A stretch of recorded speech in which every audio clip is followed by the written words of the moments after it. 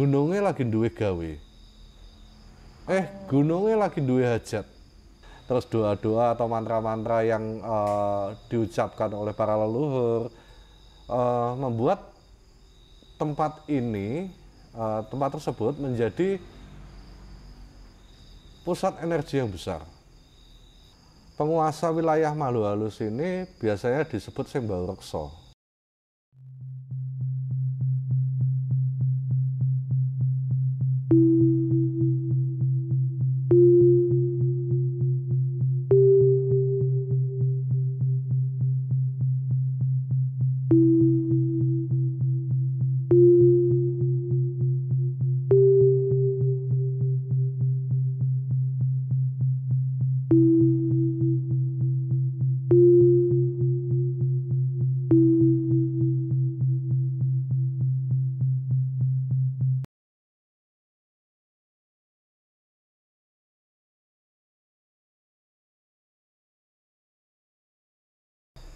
Begini Bung, kan kita kemarin sudah bahas seputar makhluk halus yang ada di Jawa nih, ya kan? Dan yang masih bikin penasaran saya itu sebenarnya ada nggak sih pusat-pusat komunitas dari makhluk halus tersebut? Seperti yang saya dengar dan baca itu pernah itu gini, di gunung sana itu ada pasar setan, di gunung situ ada kerajaan gaib, di pantai situ ada kerajaan lelembut dan sebagainya kayak gitu. Nah itu tuh beneran ada nggak sih Bung? Ada, memang ada. Sama kayak manusia juga Mbak ya. Makhluk halus itu juga punya pusat-pusat aktivitas, juga ada pusat-pusat domisilinya. Kalau KTP saya nggak tahu ya. Dan tempat-tempat tersebut biasanya itu dipandang sama manusia sebagai tempat-tempat yang keramat, tempat-tempat yang angker, gitu. Dimana diyakini orang nggak boleh bertindak sembarangan kalau ke situ, kan. Bersikap seenaknya kalau di situ. Ada aturan-aturan atau etika-etika tersendiri yang mesti ditaati agar tidak mendatangkan ciloko bagi manusianya. Dan kalau di Jawa sendiri Bung, di mana saja sih pusat-pusat makhluk halus itu? Wah, banyak. Contohnya? Kalau di Jawa biasanya pusat-pusat makhluk halus itu kita sebut aja kerajaan ya. Kerajaan makhluk halus itu biasanya lebih terfokus pada daerah pegunungan dan pantai atau laut ya. Seperti di Gunung Lawu, terus Gunung Merapi, terus Gunung Semeru ya. Ada juga di Gunung Kelut. Dan masih banyak yang lainnya. Untuk pantai atau laut yang paling terkenal itu di Segoro Kidul, Laut Selatan. Selain itu juga tempat-tempat khusus, tempat-tempat tertentu yang menjadi lokasi lelaku batin atau tirakatnya para leluhur orang Jawa, para leluhur kita dulu. Kayak di Kayangan Lepeh, Wonogiri. Itu ya. Konon di sana pernah menjadi tempat lelakunya raja-raja besar di Jawa ya. Mulai dari Raja Erlangga, terus Danang Sutawijoyo alias Panembahan Senopati, terus juga jadi tempat lelakunya, konon tempat lelakunya Sultan Agung, dan masih banyak yang lainnya. Atau ada di atau juga di Alas Ketonggo, Ngawi. Di situ ya. Yang dipercaya sebagai petilasannya Prabu Brawijaya V sebelum naik ke Puncak Lawu dan Mokso, gitu. Baik. Terus kenapa tempat-tempat tersebut itu menjadi pusatnya makhluk halus, Bung? Kenapa tempat-tempat tersebut menjadi pusatnya makhluk halus? Ada beberapa kemungkinan ya, Mbak ya. Iya. Pertama, tempat-tempat tersebut memang sudah terbentuk secara alamiah. Ini kalau menurut saya ya. Iya. Tempat-tempat tersebut memang sudah terbentuk secara alamiah sebagai pusat energi alam yang besar, yang kemudian menarik para makhluk halus itu untuk datang dan menjadikan tempat tersebut sebagai pusat koloni mereka atau pusat kerajaannya, kan gitu. Karena energi itu menjadi bahan makanan atau sumber daya bagi mereka makhluk halus itu sendiri. Ketika suatu tempat tempat memiliki energi alam yang besar, otomatis bahan makanan buat mereka juga berlimpah, kan? Iya. Gitu. Saya jadi agak bingung ini, Bung. Mungkin bisa dijelaskan lebih dalam lagi. Gini, coba kita perhatikan ya. Sebagian besar gunung yang diyakini sebagai kerajaan para makhluk halus itu adalah gunung berapi. Yes. Ya. Merapi. Iya. Ya, Gunung Merapi, Semeru, iya, Kelut, Arjuno, Lawu, ya. Iya. Mereka semua gunung berapi.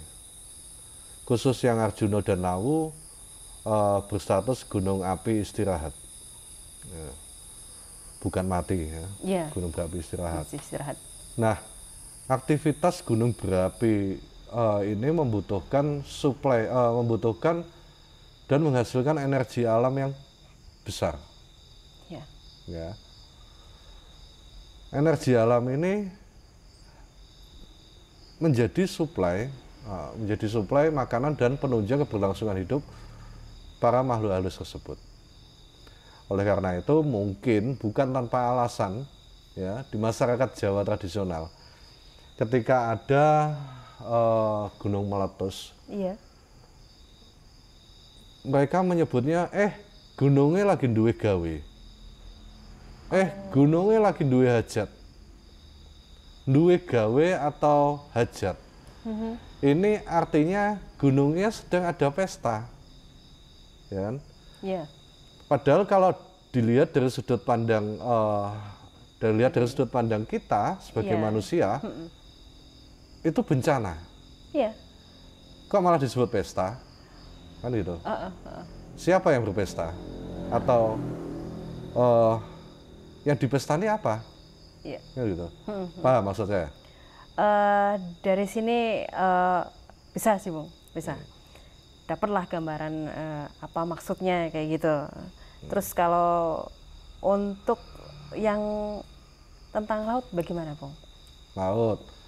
Kalau di laut, aktivitas tektonik, aktivitas gelombang laut, daya gravitasi bulan dan matahari yang mempengaruhi pasang surutnya air laut, itu juga sumber energi yang besar. Ya. Jadi ya juga mungkin bukan sebuah kebetulan kalau kemudian kebanyakan dari lukisan-lukisannya Kanjeng Ratu Kidul ya, kalau kita lihat itu digambarkan beliau berada di tengah ombak laut yang besar kayak gitu.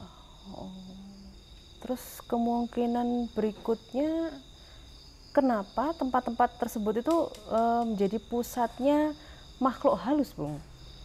Kemungkinan berikutnya, tadi kemungkinan pertama ya. Iya. Berarti ini kemungkinan kedua. Ya. Kemungkinan kedua, karena tempat tersebut pernah menjadi lokasi laku spiritual dari para leluhur, ya.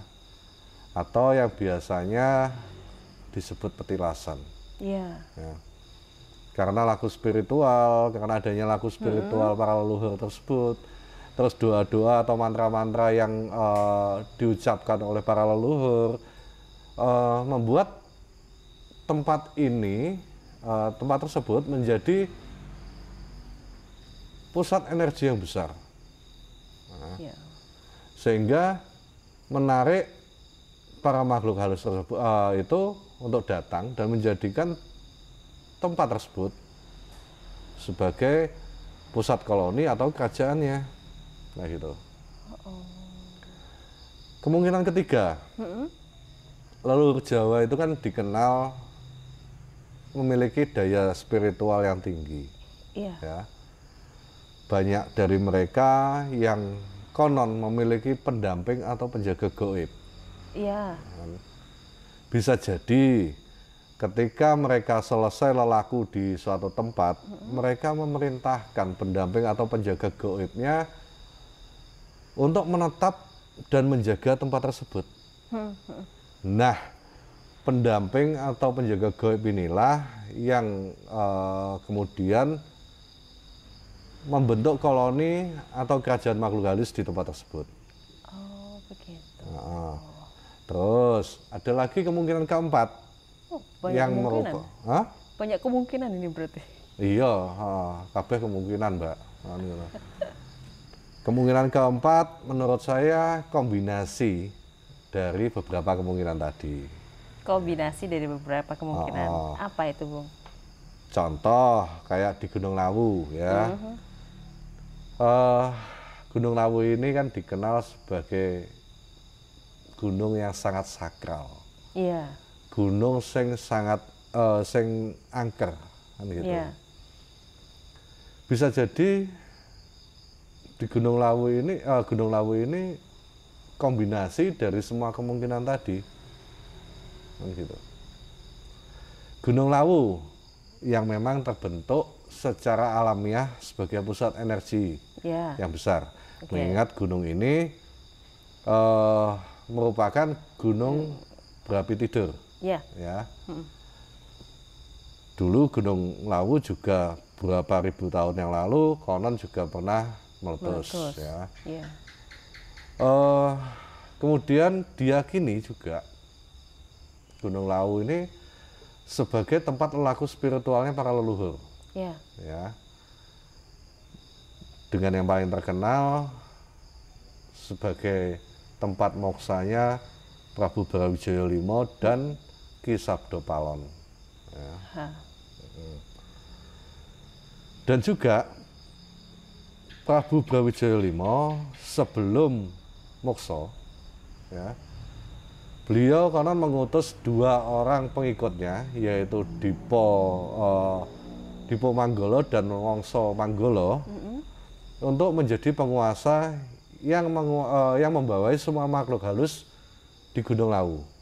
Kan gitu. Lengkap toh berarti dari kemungkinan pertama, kemungkinan kedua, kemungkinan ketiga, kan gitu. Baik. Barusan Bung Demit mengatakan 2 orang pengikut Brawijaya V itu diutus untuk menjadi penguasa makhluk halus di Gunung Lawu, ya kan? Ya.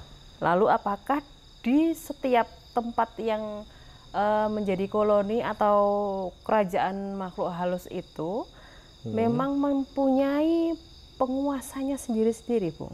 Memang ada. Iya. Penguasa wilayah makhluk halus ini biasanya disebut Sembau Reksa.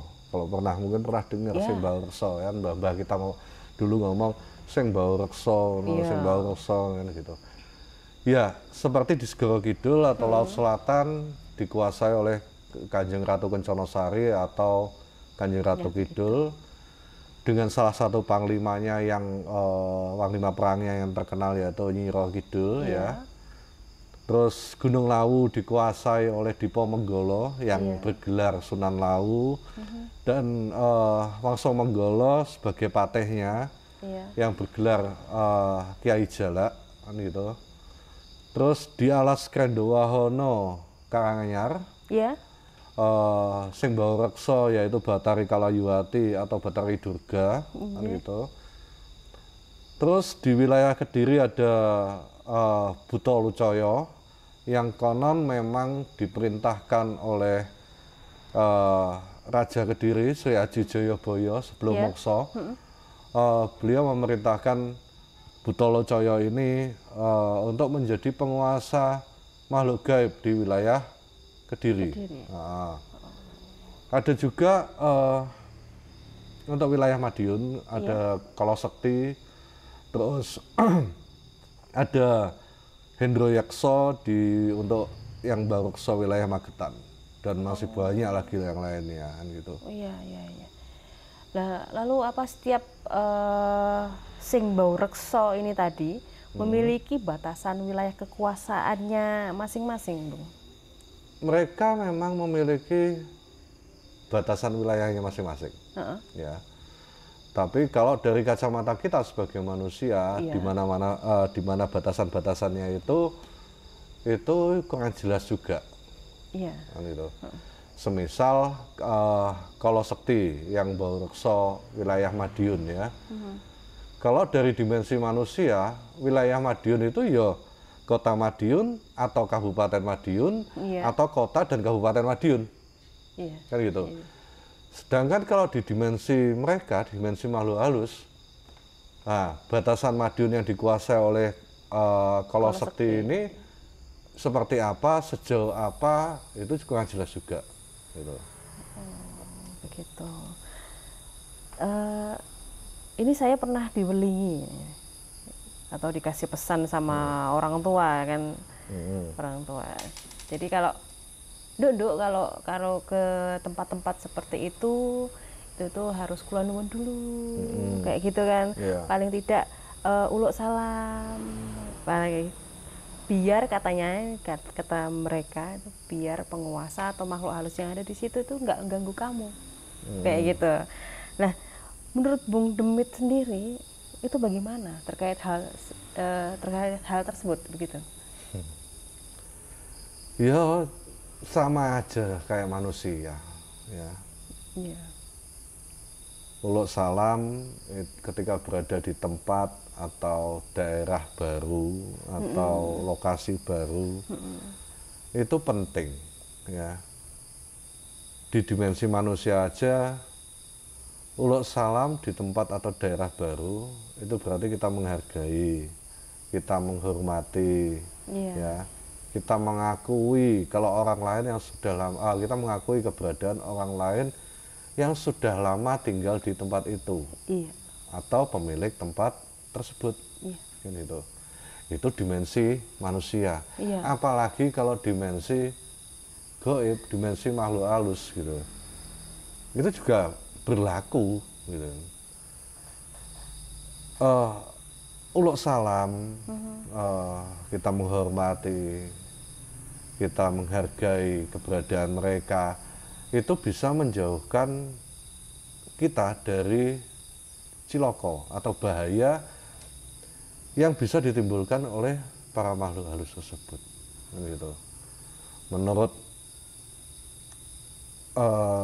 mbah-mbah saya dulu, lebih bagus lagi kalau kita tahu siapa-siapa nama sing Baurekso tempat atau daerah baru yang kita kunjungi. Jadi ketika kita uluk salam itu langsung maknyus tepat sasaran kan gitu, kan kayak gitu. Terus apa lagi? Ada lagi? Saya rasa sudah cukup deh, Bung, atas penjelasannya. Jadi rasa penasaran saya ini terjawab kayak gitu kan. Lagian ini udah malam, Bung. Saya mau pamit dulu. Siap, nggih. Matur sembah nuwun sangat penjelasannya. Sami-sami. Jangan bosen-bosen kalau saya nanya-nanya lagi. Ya jane ya rada bosen ya, Mbak. Loh lah, terus gimana tuh, Bung? Saya kan perlu penjelasan, perlu pencerahan kayak gitu. Sampun, monggo. Nek bilang bosen ya nggih bosen sakjane kan. Lain kali kalau kesini bawa gula sama kopi ya biar gak kosong kayak gini. Serta rokoknya apa enggak? Angel lah rokok. Gitu.